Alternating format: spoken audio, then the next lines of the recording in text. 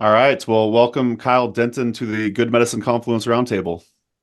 Thanks, Mason. It's great to be invited. That's right. Second time on the show. We got to continue the tradition. I'd love to go back and visit you in your beautiful shop, Tippecanoe Herbs in Milwaukee, Wisconsin. But can you tell the audience a little bit about who you are and what you do as an herbalist? Yeah, I'm Kyle Denton, herbalist, community herbalist. That's the least baggage term. I like that one a lot. I do a lot of clinical work. I make my own medicine. I have a retail shop. I'm foraging. I'm a teacher. I have a herb program, so it's like all the all the pieces of pie that you can have as an herbalist. I think I got my finger in each one, and so community Sure. herbalist is just fine for me. And so yeah, that's as far as like all the pieces of the pie go. Really excited to put on my teaching cap and come on down to Colorado this summer for the Medicine Confluence. So that's gonna be exciting for me. That's really exciting for me. Oh, yeah, I could tell. And yeah, I've been to the event a couple times, and it's an awesome event. And just for the listener or viewer, we do have a full hour interview with Kyle, as I was mentioning on the Herbalist Hour, so you get the full story, as well as we also have an awesome herb shop tour video, so you could go behind the scenes and check out the beautiful Tippecanoe herbs in Milwaukee. But you mentioned your excitement for this event. Let's get granular here. What are you looking forward to about the confluence? Um, I was thinking about that earlier today, and the expression that came to mind is meeting old friends for the first time. Oh, I like that. That's what I'm excited for. That's I cool. don't know a lot of people in the herbal community at large. Like I've never actually met a lot of people. I've been in my own little zone here in Wisconsin. And when Wolf reached out to me over a year ago and invited me to last year, and we were just talking and just had a real great connection with Wolf already, and knowing the type of experience that he curates from people like yourself and from other people who have mentioned it. I know that finally going to be going to a conference where where maybe the outside, some of the things I just feel like I'm a kind of a weirdo as far as herbalist goes, and so I am really looking forward to connecting with a bunch of other people who have other types of interests, these types of interests, and not knowing them, but connecting with them in a way and establishing that connection as if we were old friends all along. And that type of event, um, it is something that can be planned as it is and it's curated as it is. But these actions in the world are organic, they have to be cultivated in order for them to organically come up.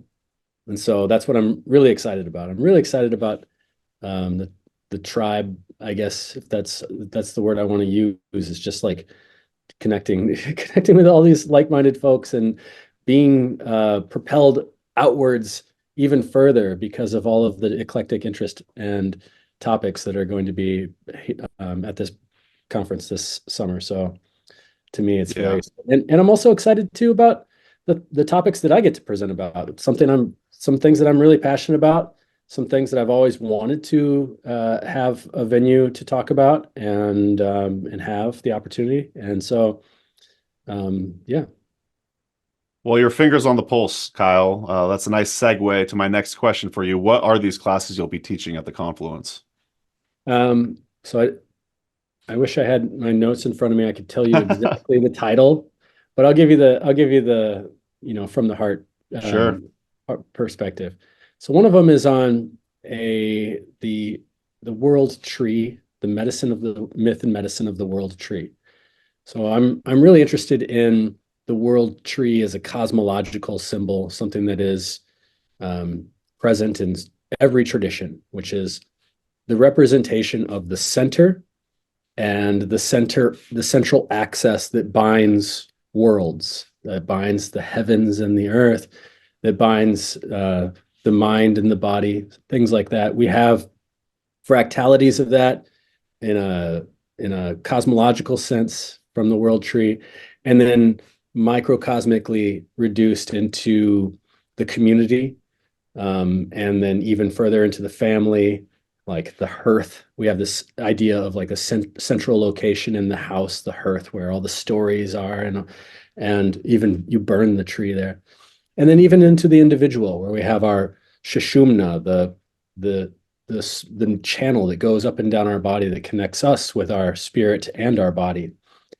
And so for me, I'll be presenting about the different medicines of the different versions of the world tree throughout many different cultures. We could say, like, for example, Norse culture, this is a really common one, the ash tree. We could talk about some medicinal applications of that, and also in reference with this greater perspective and cosmological picture.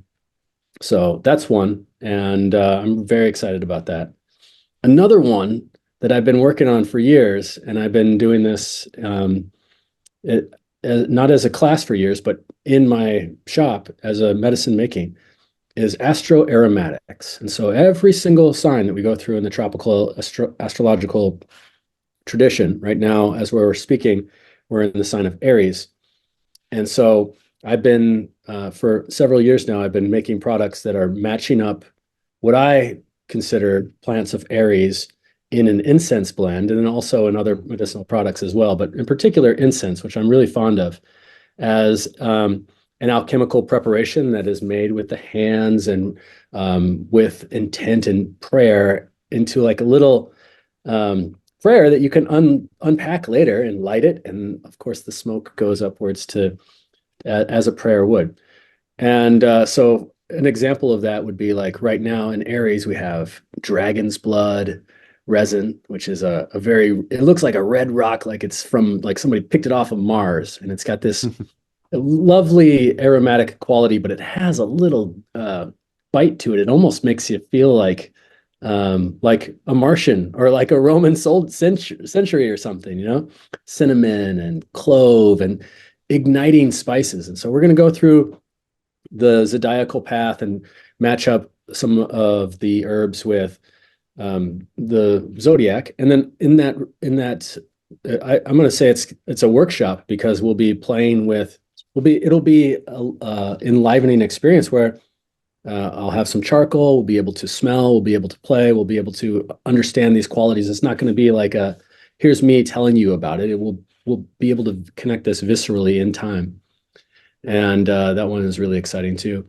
And then I've been given the opportunity to present for 3 classes, which I'm super excited Congrats.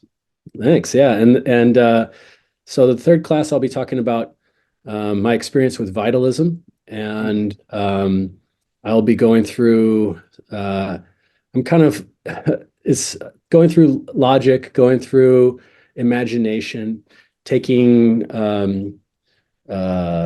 vitalism and seeing what is actually scientific according to the scientific method, what has been refuted according to the scientific method, using poetry and imagination, talk about my own experience in humbling with learning and relearning, not knowing again, and being open to the mystery of health and disease. And so that one is a very important topic to me as a practitioner and as a advocate for truth, I guess you could say. Kyle, Yeah. you're going to fit right in. I think I've mentioned this before. I have a good friend, Logan Keister, based in Oregon. He's an herbalist as well, and he'll be presenting at the Good Medicine Confluence. Definitely link up with him. We just did a Herbalist Hour interview with, he was co-hosting with, where we interviewed Phoenix Aurelius, and I think you 3 will all vibe together. And yeah, it's sounds like an awesome time.